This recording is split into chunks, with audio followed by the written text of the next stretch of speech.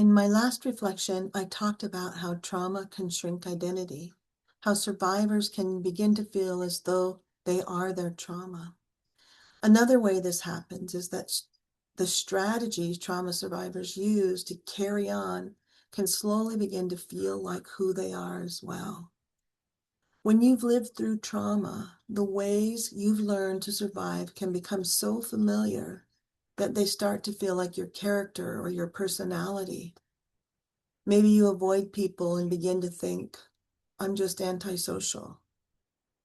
Maybe you're constantly on alert and conclude, I'm just an anxious person. Maybe you've learned to shut down emotionally and decide, I just don't feel things. But these responses didn't come out of nowhere. They were ways of adapting, coping, and surviving in the aftermath of trauma, or in the midst of ongoing difficult and painful circumstances.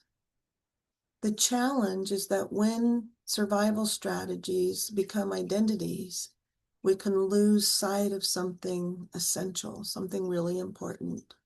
That's that we have always been more than the ways we've learned to protect ourselves.